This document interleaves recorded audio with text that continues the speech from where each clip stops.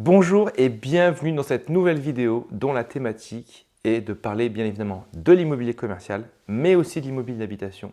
Et aujourd'hui, on va faire un match entre l'immobilier commercial et l'immobilier d'habitation. Quel est le meilleur secteur à investir? Alors, tout d'abord, on va regarder les avantages de chacune des classes d'actifs. En fait, on appelle ça des classes d'actifs, immobilier commercial, immobilier d'habitation. Commençons par l'immobilier commercial. Alors, qu'est-ce qui est plus avantageux?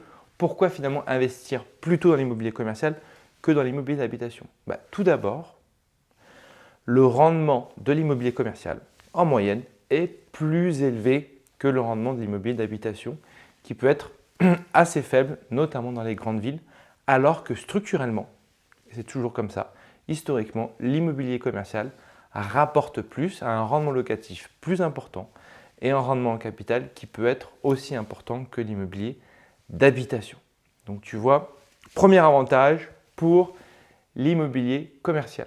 Deuxième avantage, c'est l'environnement réglementaire. Alors l'environnement réglementaire, qu'est-ce que c'est? C'est finalement toutes les règles qui régissent l'investissement dans l'immobilier commercial ou l'investissement dans l'immobilier d'habitation. En fait, dans l'immobilier commercial, tu as beaucoup moins de règles, c'est beaucoup plus flexible. Tu n'as par exemple pas de trêve hivernale pour le locataire parce que le locataire est une entreprise, tu ne loges pas une famille, donc tu peux l'évincer plus facilement, notamment s'il ne te paye pas. La deuxième chose où tu as beaucoup plus de flexibilité, c'est le bail qui régit le lien entre le propriétaire et le locataire. Et dans l'immobilier commercial, on a ce qu'on appelle le bail commercial, qui est un bail qui se négocie de manière bilatérale entre locataire et propriétaire de manière très flexible.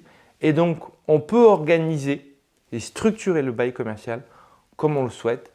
Et ça permet de créer de la valeur et de générer des revenus complémentaires plus importants, contrairement à l'habitation où en fait le cadre juridique du bail d'habitation, par exemple de la loi 89, qu'il soit nu ou meublé, le cadre juridique est beaucoup plus contraint par la loi et favorise beaucoup plus le locataire que le propriétaire, alors que dans l'immobilier commercial, le bail commercial peut favoriser beaucoup plus le propriétaire. Troisième avantage pour l'immobilier commercial, c'est le bail à long terme. En fait, ce qui est intéressant, c'est que dans l'immobilier commercial, tu vas avoir des entreprises, donc des locataires qui vont rester beaucoup plus longtemps que dans l'habitation, notamment si dans l'habitation, tu investis sur des petits appartements, studios, 2 pièces. Dans l'immobilier commercial, une entreprise, quand elle s'installe, généralement, elle s'installe pour 5, 10, 15, 20 ans si elle a un business qui est rentable. Et donc, elle n'a pas vocation, si elle a un bon emplacement, si elle a un business qui est rentable, elle n'a pas vocation à bouger, à changer d'endroit. Alors que dans l'habitation, tu as été confronté à, j'imagine, au moins une fois à un déménagement. Et donc, tu vois que tu déménages beaucoup plus régulièrement, notamment pour des questions professionnelles ou personnelles, contrairement à l'immobilier commercial. Donc, une fois que le locataire est en place, finalement, le rendement est beaucoup plus assuré et pas besoin de trouver aussi rapidement et aussi fréquemment un nouveau locataire. Quatrième avantage, on parlait tout à l'heure du rendement d'immobilier commercial qui est plus important que l'immobilier d'habitation, c'est aussi le fait que le rendement offert par l'immobilier commercial est aussi un rendement net. Alors, je m'explique. Finalement, si tu sais, si tu as suivi quelques-unes de mes vidéos, le rendement brut est la différence entre le rendement brut et le rendement net. Le rendement brut, c'est finalement le loyer qui est divisé par ton prix de revient. Mais à ce loyer-là, il faut souvent enlever, donc soustraire tout ce qui peut être charges, taxes, taxes foncières, charges de copropriété et autres formes de taxes à payer, notamment dans l'immobilier d'habitation. Dans l'immobilier commercial, si le bail est bien négocié, toutes ces taxes et toutes ces charges sont finalement payées par le locataire. Et donc en fait, ce qui va se passer, c'est que par exemple, tu vas recevoir la taxe foncière, tu vas devoir payer, imaginons 500 € de taxe foncière. Si c'est écrit dans le bail que c'est au locataire de la payer, tu vas lui refacturer la totalité de cette taxe foncière. Et donc, dans l'immobilier commercial, le gros avantage, c'est de ne pas avoir à payer, à supporter ses frais et ses charges et ses taxes, et donc avoir un loyer qui est finalement un loyer net et pas un loyer brut sur lequel il faut souscrire des charges qui peuvent augmenter fortement. Comme la taxe foncière, on voit très bien qu'elle augmente très fortement. Mais cette augmentation-là, elle est supportée par le locataire et pas par moi en tant qu'investisseur, bailleur et propriétaire de murs de commerce ou de bureaux d'ailleurs. Et donc la grande différence entre l'immobilier d'habitation et l'immobilier commercial, c'est quand on te présente généralement un bien, un agent immobilier ou dans des études, dans des statistiques, on te donne un rendement qui est généralement un rendement brut et pas un rendement net. Je prends un exemple, tu achètes un appartement avec un rendement de 8%, okay, à comparer avec un local commercial qui va te donner un rendement de 8%.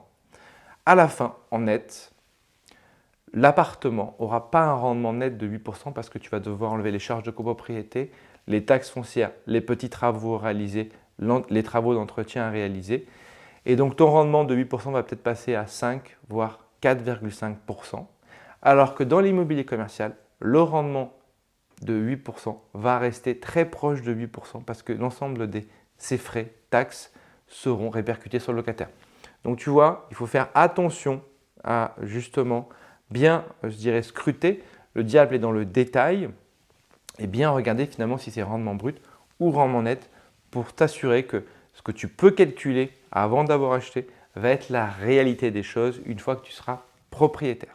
Cinquième avantage sur l'immobilier commercial, c'est le risque d'impayé. Alors, c'est vrai qu'on ne parle pas souvent de ce risque d'impayé. Dans l'immobilier d'habitation, il est relativement faible. Quand tu as les statistiques, c'est moins de 2% du parc immobilier résidentiel qui a un impayé où les locataires ne payent pas. En fonction des zones dans lesquelles tu investis, notamment si tu investis dans des zones avec des rendements immobiliers assez forts, on est généralement en face de locataires qui ont des ressources, donc des niveaux de revenus qui sont plus faibles et donc un risque d'impayé qui peut être plus fort que les fameux 2%. Si tu as déjà été confronté à des impayés, tu sais que c'est extrêmement long. Moi, je l'ai vécu dans mon patrimoine immobilier, notamment sur l'immobilier résidentiel. Et c'est une des raisons aussi pourquoi je me suis tourné de plus en plus et je me tourne de plus en plus vers l'immobilier commercial. Et donc dans l'immobilier résidentiel, les procédures, notamment pour des locataires qui sont bien informés, sont très longues parce que la loi dans l'immobilier résidentiel protège énormément le locataire. Et donc si le locataire par exemple te paye en retard ou te paye qu'une partie du loyer, en fait il peut rester plusieurs mois, voire plusieurs années. Donc une procédure peut prendre entre 8 mois pour les plus courtes et encore 8 mois, je suis très ambitieux, c'est plutôt 1 an à 2 ans, voire un peu plus. Donc tu imagines bien que quand tu investis à crédit, tu as toujours ton crédit à payer, pour autant ton locataire ne te paye pas et donc ça peut être très problématique. Donc sur l'immobilier commercial, si un locataire ne te paye pas par exemple, généralement c'est par trimestre, si le locataire ne te paye pas par trimestre, qu'il a un retard d'impayé, qu'il ne régularise pas, tu peux lancer une procédure et l'évincer, c'est-à-dire le faire partir très rapidement. Ça prend peut-être 3 à 6 mois maximum pour faire partir un locataire beaucoup plus facilement que dans l'immobilier d'habitation parce que la loi protège beaucoup moins le locataire qui est une entreprise qui doit bien évidemment payer ses loyers. Sixième avantage de l'immobilier commercial, c'est la gestion facilitée. Qu'est-ce que c'est qu'une gestion facilitée? C'est finalement le fait qu'une fois qu'on a trouvé un locataire, comme je t'ai expliqué précédemment, l'ensemble des charges sont répercutées sur le locataire, l'ensemble des travaux d'entretien sont payés par le locataire et c'est à lui de les faire. Toi, finalement, en tant que propriétaire bailleur, tu ne vas payer que les grosses réparations de structure, où là, effectivement, c'est toi qui devras contribuer, mais c'est généralement très exceptionnel. Et bien évidemment, au moment de l'acquisition, il faut l'anticiper. Mais indépendamment de ça, toutes les charges, tous les travaux sont pris en charge par le locataire en fonction de ce qui est marqué dans le bail. Et donc, tu vois bien que si tu n'as pas à gérer ces travaux-là, ces charges-là, en fait, tu gagnes énormément de temps. Et donc ça, c'est un gros avantage dans l'immobilier commercial parce que si tu veux enchaîner, te créer un patrimoine important et multiplier les investissements, si tu as déjà plusieurs investissements et que ces investissements te prennent beaucoup de temps, tu vas vite te rendre compte que l'élément le plus important pour pouvoir grandir rapidement et faire grandir ton patrimoine, c'est le temps. Et l'immobilier commercial te permet d'aller plus vite en termes d'investissement immobilier, la gestion qui est plus facile, plus rapide par rapport à l'immobilier d'habitation où tu vas devoir suivre beaucoup plus les travaux, le suivi des charges. Autre avantage sur l'immobilier commercial, c'est le droit au bail. Alors le droit au bail, qu'est-ce que c'est? C'est le fait, par exemple, quand tu achètes un local commercial vide ou quand tu as un local commercial qui était loué mais le locataire part, si tu as un bon emplacement, si ton emplacement est recherché par des locataires, en fait, tu vas avoir une telle concurrence qui va te permettre de dire au futur locataire, bah, finalement, si tu veux t'installer dans mon local, si tu veux le louer, tu vas payer un droit au bail de 20, 30 000, 40 000 euros, voire plus 50, 70 en fonction de la taille du local commercial, en fonction de l'attractivité de ton local commercial. C'est finalement une somme que tu reçois en plus, okay, qui est en fait en quelque sorte un petit peu une pseudo-valeur du fonds de commerce qu'avait créé l'ancien locataire ou entre guillemets un fonds de commerce existant par l'emplacement qui est très recherché. Et donc ce locataire-là va te payer 20, 25 000, 30 000 euros en plus des loyers et ces 25, 30 000 euros te permettront de te constituer de fonds propres pour pouvoir investir sur une nouvelle opération. Autre élément rassurant sur l'immobilier commercial et autre avantage, c'est la protection du fonds de commerce. Alors, qu'est-ce que c'est que le fonds de commerce dans l'immobilier commercial? Ça n'existe que dans l'immobilier de commerce, pas forcément dans l'immobilier de bureau ni la logistique. Donc là, on parle bien d'immobilier de commerce. On parle des commerces de pieds d'immeubles qu'on trouve généralement en centre-ville. Ces pieds d'immeubles sont très recherchés, notamment quand on est dans les meilleurs emplacements. Et les locataires génèrent du chiffre d'affaires, un chiffre d'affaires qui peut être plus ou moins récurrent en fonction de l'attractivité de l'emplacement.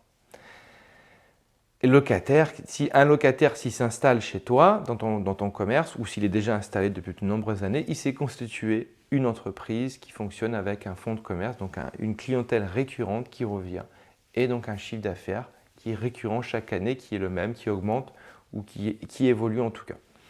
Et en France, on considère, et c'est un des seuls pays dans le monde à faire ça en termes d'immobilier commercial, on considère la notion de fonds de commerce, de propriété commerciale et de fonds de commerce. C'est-à-dire que grosso modo, on va dire, en fonction du chiffre d'affaires, par exemple de cette pharmacie ou de cet opticien, en fonction de son emplacement, en fonction de sa rentabilité, on va valoriser l'entreprise, donc le fonds de commerce, à 50, 100 000, 200 000, 300 000 euros, en fonction des indicateurs que je viens de te donner.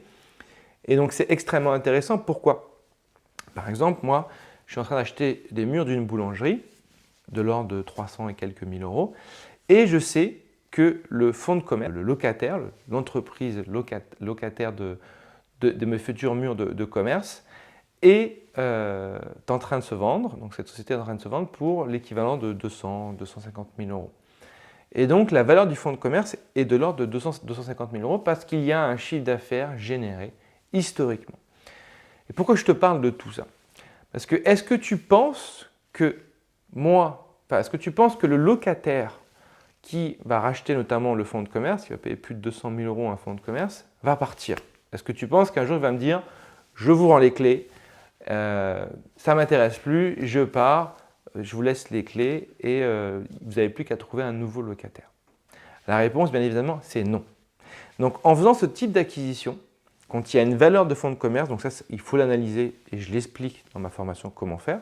Mais une fois que tu sais qu'il y a un fonds de commerce quand tu achètes certains murs, en fait, tu es protégé et tu as quasiment l'assurance que ton local ne sera jamais vide parce que le locataire en place va toujours retrouver un autre locataire qui va racheter le fonds de commerce, enfin une autre entreprise qui va racheter le fonds de commerce et tu seras assuré d'avoir toujours des loyers et un rendement.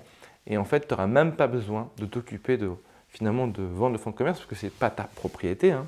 Toi, tu es propriétaire des murs et le locataire est propriétaire du fonds de commerce. Et c'est lui qui va trouver à chaque fois un repreneur. Toi, tu vas juste encaisser les loyers. Et donc, ça sera très facile en gestion. Après avoir vu les avantages de l'immobilier commercial, maintenant, voyons les avantages de l'immobilier d'habitation par rapport à l'immobilier commercial. Alors, premier avantage de l'immobilier d'habitation, déjà, tout le monde a un avis sur l'immobilier d'habitation. Tout le monde se sent, entre guillemets, sachant sur l'immobilier d'habitation, alors que l'immobilier commercial, généralement, les gens disent « Ah, je ne connais pas, je ne sais pas, ce marché me paraît opaque ». Donc, c'est un marché qui est beaucoup plus facile à pénétrer, notamment pour les débutants. Et donc, quand on dit plus facile à pénétrer, c'est-à-dire qu'on se sent plus à l'aise d'investir sur l'immobilier d'habitation par rapport à l'immobilier commercial parce que c'est un marché qui est moins confidentiel. On peut très facilement trouver de l'information sur meilleuragent.com, Se Loger. Bref, plein d'indicateurs qui te donnent le prix au mètre carré du bien immobilier que tu es en train d'acheter ou à peu près le prix auquel tu devrais écrire si tu es en train d'acheter. Mais si tu écoutes cette vidéo, si tu regardes cette vidéo, c'est que tu te formes et que justement tu veux aller sur des marchés qui sont un peu plus confidentiels où il faut chercher pour trouver l'information. Et donc quand on doit chercher pour trouver l'information, quand on doit se former pour être sûr de faire un bon investissement, c'est qu'il y a moins de concurrence. S'il y a moins de concurrence, c'est qu'il y a plus de rentabilité. Donc tu vois, finalement, cet avantage sur l'immobilier d'habitation, en est un, c'est clair, c'est beaucoup plus facile en termes de visibilité, d'indicateurs, c'est plus facile. Par contre, beaucoup plus de concurrence et donc une rentabilité des projets qui est généralement plus faible. Deuxième avantage pour l'immobilier d'habitation, c'est le risque de vacances. Le risque de vacances, c'est le fait que ton appartement va rester vide. Alors structurellement en France, on dit qu'il manque chaque année entre 350 000 à 500 000 logements qui devraient être construits par les promoteurs, mais les promoteurs ne construisent pas ces 500 000 logements qui manquent. En plus de ça, la France est un pays dont la démographie augmente, donc c'est un pays où structurellement on doit avoir de plus en plus d'habitations pour pouvoir loger soit des personnes qui s'installent en France, soit du fait des naissances. Et en plus de ça, on a des mouvements sociétaux qui font que les foyers fiscaux sont de plus en plus petits, c'est-à-dire que généralement, tu sais, si tu connais la statistique, un mariage sur deux finit en divorce, et donc généralement quand les gens quand ils divorcent, ils se séparent et ils habitent dans deux résidences séparées, et donc ça fait des demandes pour pouvoir louer ou acheter des biens immobiliers qui est de plus en plus forte. Donc, structurellement, on a un manque, ce qui crée une demande continuelle pour pouvoir acheter ou louer des biens immobiliers d'habitation. Donc un risque de vacances qui est plus faible en général. Dans l'immobilier commercial, le risque de vacances peut être un peu plus fort que l'immobilier d'habitation, mais si tu maîtrises l'analyse d'un emplacement, les risques de vacances sont généralement très faibles. Et comme je l'évoquais tout à l'heure, si tu achètes des murs avec un locataire qui a un réel fonds de commerce, tu es assuré ou quasi assuré qu'il ne partira jamais. Autre avantage de l'immobilier d'habitation, l'immobilier d'habitation nécessite un peu moins de connaissances que l'immobilier commercial au sens large. Pourquoi ça nécessite moins de connaissances? Parce que c'est un marché qui est plus facile, c'est un marché où finalement on va regarder juste la demande locative dans une zone, la démographie. Dans l'immobilier commercial, il y a les indicateurs, notamment les indicateurs économiques, à prendre en considération. En plus, il faut suivre l'actualité économique, il faut suivre la demande par l'évolution sur l'e-commerce, sur l'immobilier commercial, donc le commerce de centre-ville, les dark stores. Il faut suivre ce qui se passe sur le bureau, avec le télétravail. Donc, il faut être plus informé. Donc, avantage pour l'immobilier d'habitation sur le fait de pouvoir investir avec moins de connaissances. Mais une fois de plus, si tu regardes cette vidéo, c'est que je suis persuadé que justement, tu veux acquérir ces connaissances-là pour aller plus loin que simplement faire comme tout le monde et être en concurrence avec beaucoup plus d'investisseurs. En conclusion de ce match entre immobilier commercial et immobilier d'habitation, tu vois bien qu'il y a beaucoup plus d'avantages à investir dans l'immobilier commercial. Il suffit juste de creuser, analyser le sujet, de s'informer. J'espère que cette vidéo t'aura aidé pour mieux comprendre le marché de l'immobilier commercial et le marché de l'immobilier d'habitation. Je te retrouve très bientôt dans une nouvelle vidéo.